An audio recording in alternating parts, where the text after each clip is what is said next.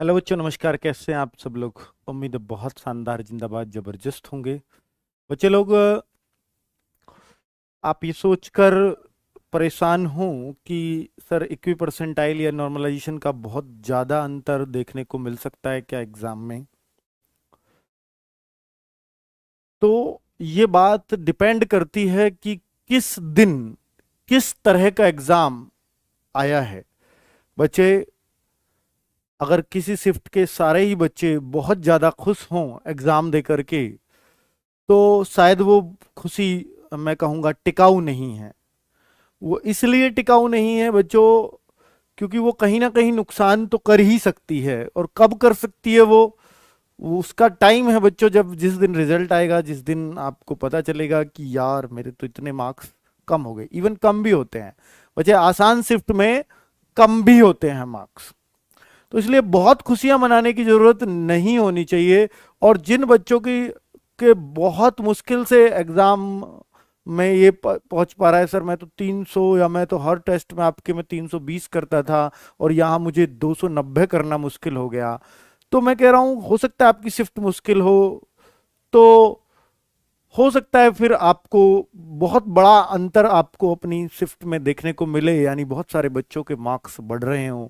Equi percentile बच्चों, कहीं ना कहीं गवर्नमेंट या कोई भी संस्था ये नहीं चाहती कि किसी भी बच्चे को किसी तरह से नुकसान हो, इसीलिए इक्वी परसेंटाइल यानी नॉर्मलाइजेशन चला। वरना क्या जरूरत थी इस विवादास्पद चीज को चलाने की?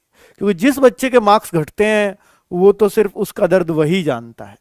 लेकिन बहुत कोशिश करने के बाद भी अगर मैं बच्चे ओनली 4 पेपर बनाऊं, मैं खुद इतने पेपर हमने बनाए हैं, मैं क्या, कोई भी अगर सिर्फ 4 पेपर बनाए, उन चारों में भी इतना अंतर आ जाएगा कि ये मुश्किल है, ये थोड़ा कम मुश्किल है, ये थोड़ा ज्यादा ही हार्ड बना दिया है, और ये बहुत ही आसान है।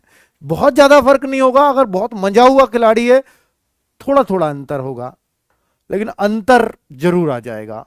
और हो सकता है हमें अंतर ना लगे, लेकिन जब उसमें 150 बच्चे बैठेंगे तो निश्चित रूप से वो अंतर नजर आ जाएगा। और यहां 150 नहीं, यहां लाखों में बच्चे बैठते हैं, तो बच्चे वो अंतर नजर आता है।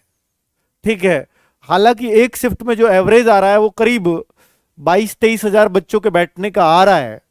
और अब उस तरीके से बच्चे इक्वी परसेंटाइल, चूंकि 54 शिफ्ट हैं, तो क्या किसी एक आध शिफ्ट में बहुत बड़ा अंतर भी कर सकता है बच्चे? इसका एक जीता जागता उदाहरण एसएससी सीजीएल एग्जाम रहा है अभी हाल फिलहाल में, जहां बच्चों के, मतलब वहां सोचकर हंसी आती है कि 200 मार्क्स का पेपर है और बच्चों के 100 मार्क्स बढ़ जाते हैं, या किसी किसी बच्चे के तो 200 मार्क्स कम ही हो जाते हैं, यानी माइनस में भी मार्क्स जाते हैं। पता नहीं ये क्या ही तरीका है।